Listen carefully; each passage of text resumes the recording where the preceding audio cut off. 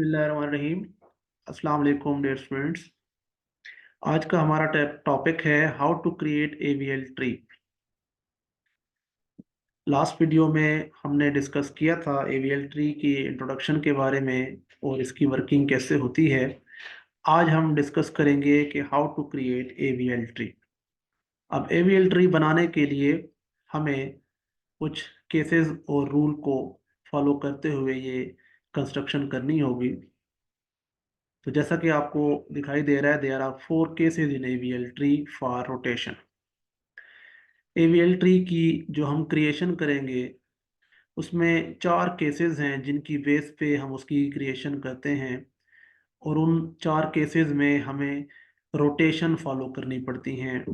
2 cases में हमें 1-1 rotation करनी पड़ती है और 2 केसेस में हमें 2 रोटेशंस भी करनी पड़ती हैं, और इस तरह डिपेंड करता है हमारी ट्री के ऊपर कि वो ट्री कितनी बड़ी है।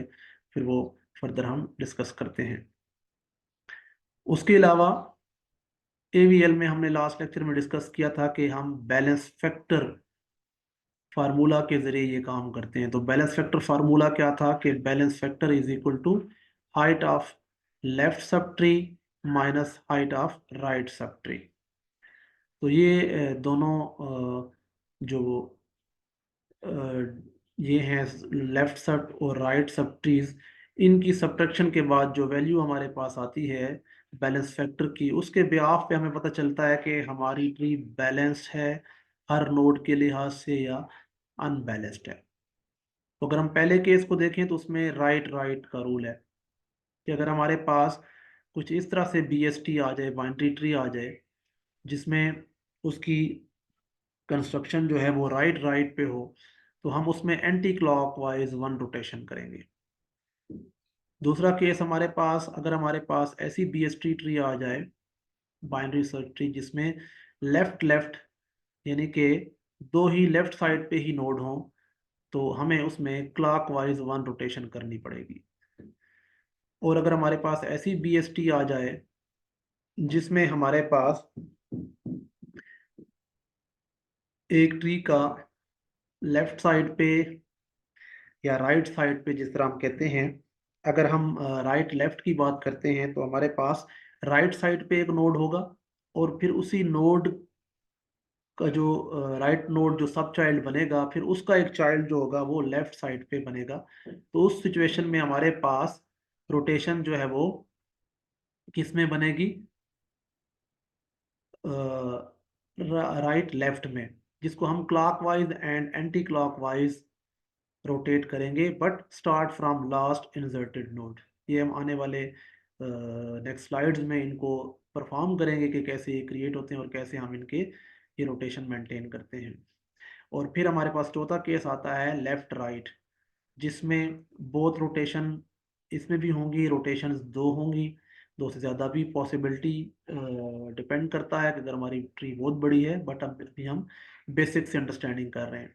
तो एंटी क्लॉकवाइज एंड क्लॉकवाइज हमारी रोटेशन होगी, जो कि 2 रोटेशन होंगी इस वक्त, और उसमें हमें जो रोटेशन पहली करनी पड़ेगी वो स्टार्ट नोड से, स्टार्ट हमें करनी पड़ेगी लास्ट इंसर्टेड नोड से, जो हमने सबसे आखिर में नोड इंसर्ट किया होगा वहां से। तो आइए हम इनको डिस्कस करते हैं 1 बाय 1। अब हमारे पास केस 1 है, और केस 1 में हमारे पास सिचुएशन क्या है कि हमें केस 1 में ये कहा गया कि हमारे पास राइट राइट सिचुएशन है, और हमारे पास जो ट्री बन के आ रही है बीएसटी की, वो राइट राइट रोटेशन पे काम कर रही है, यानी कि राइट राइट उसके नोड्स हैं। तो देखें, अगर हमारे पास डेटा कुछ इस तरह से है, 3 एलिमेंट्स आ गए, 10, 15 और 18।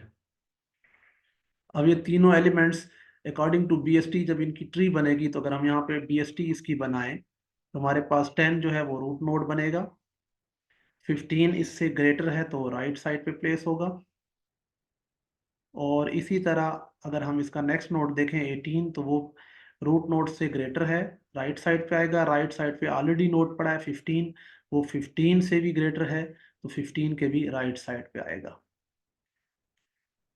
ये हमारी पास एक बीएसटी बन के आ गई। और हमने लास्ट लेक्चर में देखा था कि बीएसटी के अंदर प्रॉब्लम्स क्या आते हैं इंसर्शन डिलीशन और अपडेशन के बाद या सर्चिंग के बाद।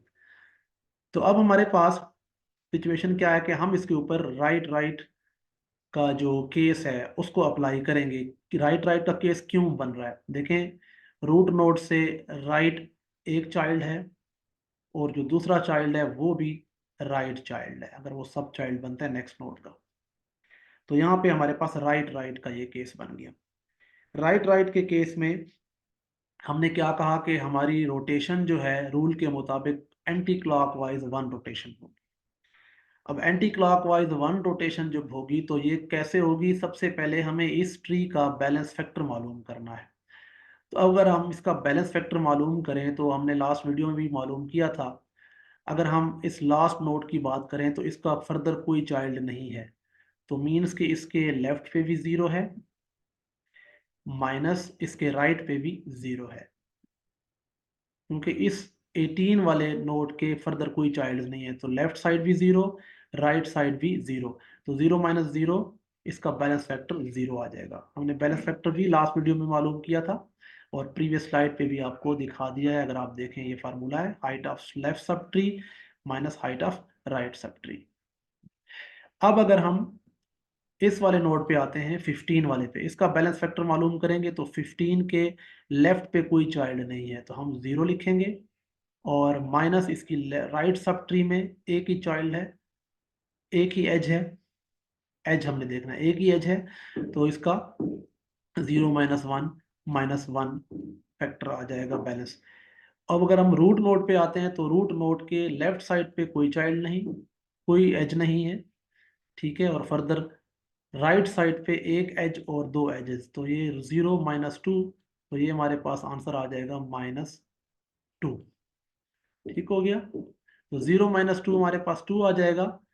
तो इसका मतलब कि ये अनबैलेंस बीएसटी है और इसको हम एवीएल में कन्वर्ट करेंगे यूजिंग आर केस के, और ये बैलेंस एवीएल बैलेंस ट्री बन जाएगी। अब अगर हम इसको बनाते हैं रूल के मुताबिक एवीएल बैलेंस ट्री, तो हम इसको बैलेंस ट्री बनाने के लिए रूल क्या फॉलो करेंगे, एंटी क्लॉकवाइज वन रोटेशन। अब अगर आप इस ट्री को गौर करें तो इस ट्री में आर आर का रूल है, तो आर आर कहता है राइट राइट राइट राइट पे, तो इसकी सिचुएशन ये बन गई है। अब इसको एंटी क्लॉकवाइज मूव करना है और हमारा प्रॉब्लम कहाँ पे आ रहा है, हमारा रूट नोड पे -2 आ रहा है।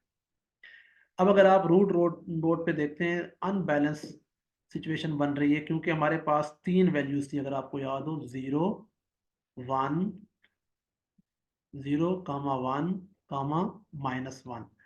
अगर इन 3 वैल्यूज के अलावा किसी भी नोड की वैल्यू इससे ज़्यादा है इनमें से, तो फिर हमें उस ट्री को अनबैलेंस ट्री कंसीडर करना होता है और उसको हमने बैलेंस बनाना होता है यूजिंग एवीएल। तो अब हमारे पास सिचुएशन क्या है कि ये जो रूट नोड है इसकी वैल्यू 2 आई है, जो इनके साथ मीट नहीं करती। तो हमें इस रूट नोड की जो रोटेशन है वो मूव करनी है एंटी क्लॉकवाइज। तो एंटी क्लॉक जब ये मूव करेगा तो ये रूट नोड जो है, अगर आप कंपास को जिस तरह घुमाते हैं, तो आप कंपास इधर रखें और इसको मूव करें इस साइड पे, तो ये होते होते होते होते मीन्स कि ये 15 का लेफ्ट साइड का चाइल्ड बन जाएगा।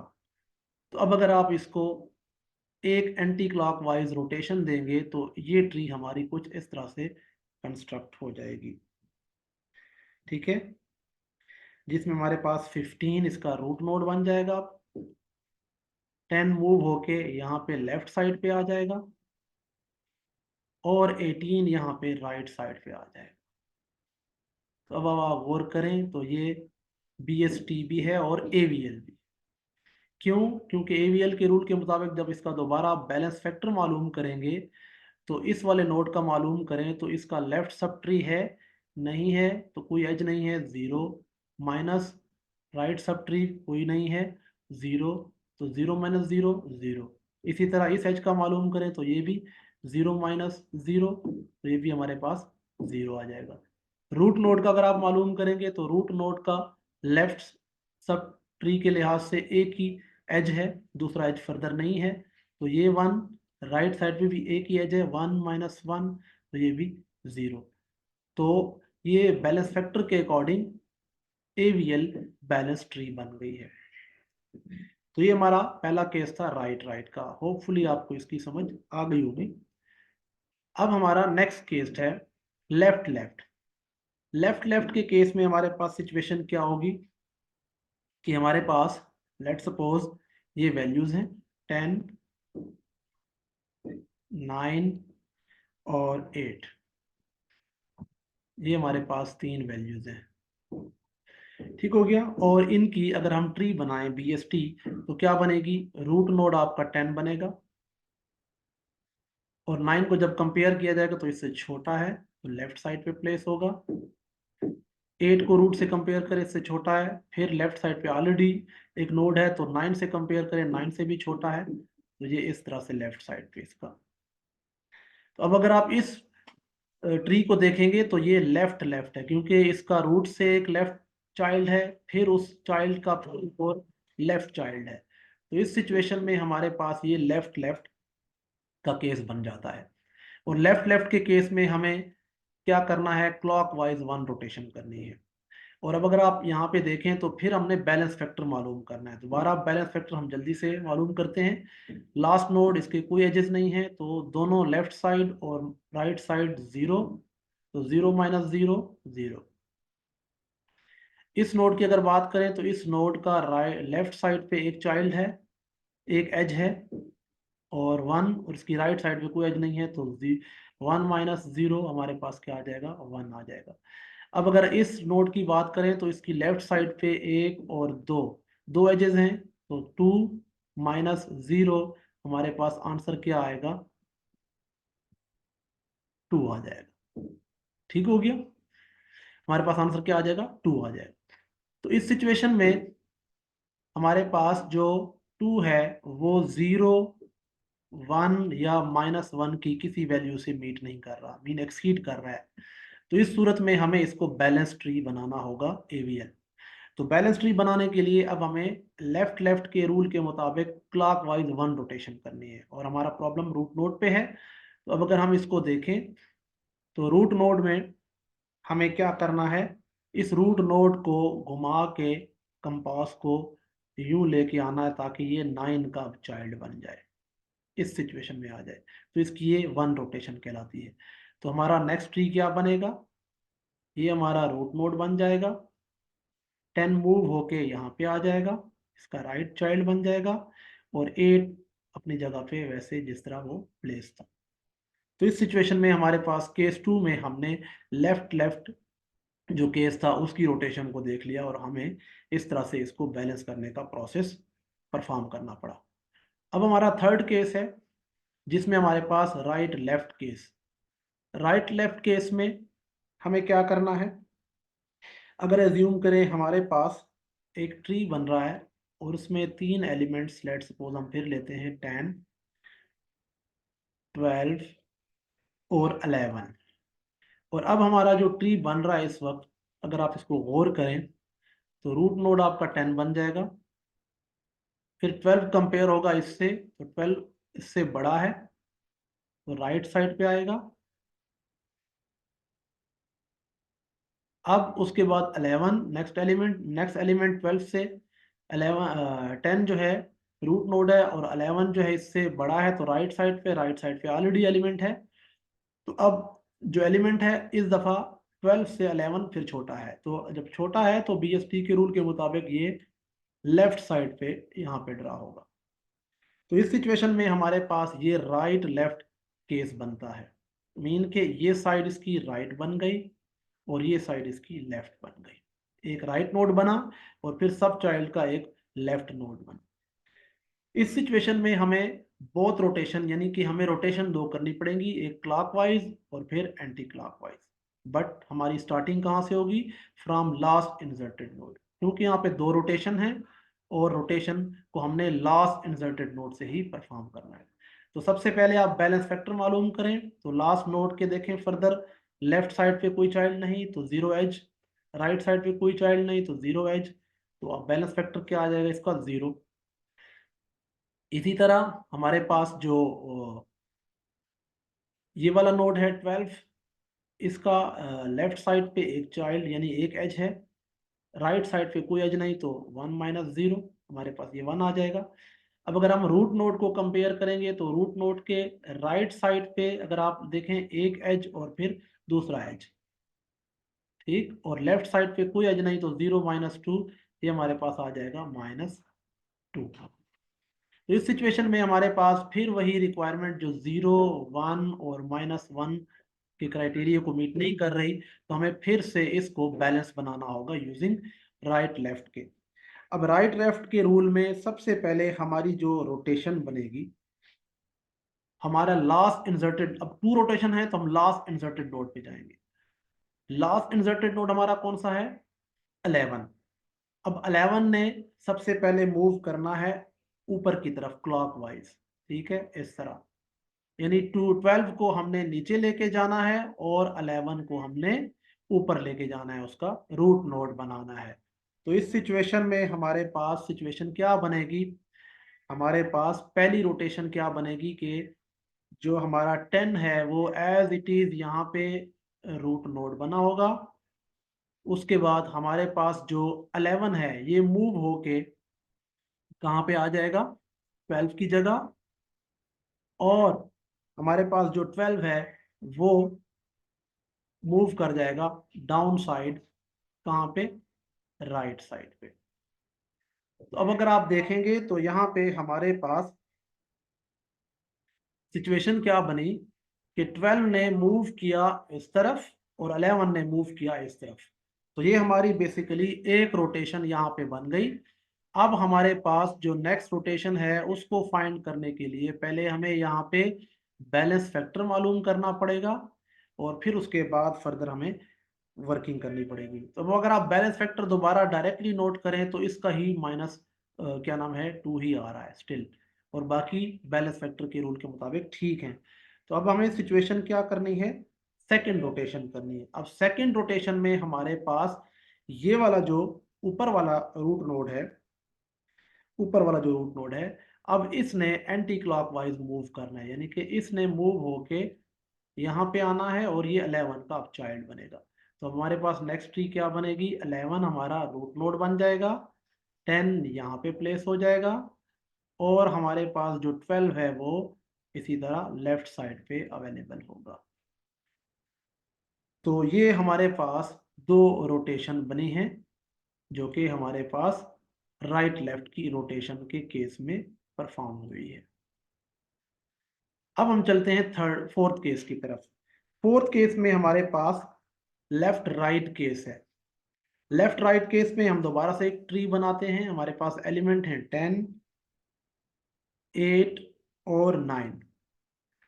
अब जब हमारा ट्री बनेगा, BST बनेगा, तो 10 हमारा रूट नोड बन जाएगा। 8 कंपेयर होगा 10 से तो वो स्मॉल है, तो वो लेफ्ट साइड पे आ जाएगा। उसके बाद 9 जब कंपेयर होगा 10 से तो वो जो है इससे लेस है तो इधर आएगा। 8 से ग्रेटर है तो 8 के ये राइट साइड पे आ जाएगा। अब इस सिचुएशन में हमारे पास जो ट्री बना उसमें रूट नोड ये है, ये उसका सब चाइल्ड और फिर वो उसका सब चाइल्ड। तो यहाँ पे हमें लेफ्ट राइट क्या कहता है कि हमें फिर दो रोटेशनें करनी पड़ेंगी कम से कम। तो एंटी क्लॉकवाइज एक रोटेशन बनेगी और दूसरी क्लॉकवाइज बनेगी। अब दोबारा से बैलेंस फैक्टर अब आपको मालूम करना आसान हो गया होगा कि इसका जो है वो 0 है, इसका जो है हमारे पास 1 है और इसका जो है हमारे पास क्या है? माइनस, यानी कि 2 है या -2 है, 2 बनेगा। तो 2 बने या -2 बने, बात वही है कि 0, 1 या -1 की कंडीशन को मीट नहीं कर रहा तो हमें इसको बैलेंस करना पड़ेगा। अब यहाँ पे हमारे पास क्योंकि एक रोटेशन जो है वो लेफ्ट साइड पे है, एक हमारे पास राइट साइड पे है, तो इस सिचुएशन में हमें इसको जब दोबारा बैलेंस करना होगा तो बैलेंस करने के लिए हमें यहाँ पे क्या करना है? सबसे पहले जो आखिरी इंसर्टेड नोड है वो क्या है? 9 है। तो 9 की जो रोटेशन बनेगी वो हमारी कैसे बनेगी कि 9 जो है वो रिप्लेस अपनी जगह प्लेस करेगा किसके साथ? 8 के साथ, यानी 9 जगह जाएगा हमारा एंटी क्लॉकवाइज 8 की जगह और 8 जो है वो मूव कर जाएगा किसकी तरफ, लेफ्ट साइड की तरफ। तो हमारी कंस्ट्रक्शन किस तरह से बनेगी कि हमारे पास रूट नोड 10 रहेगा और 9 मूव करके कहाँ पे आ जाएगा, लेफ्ट साइड पे,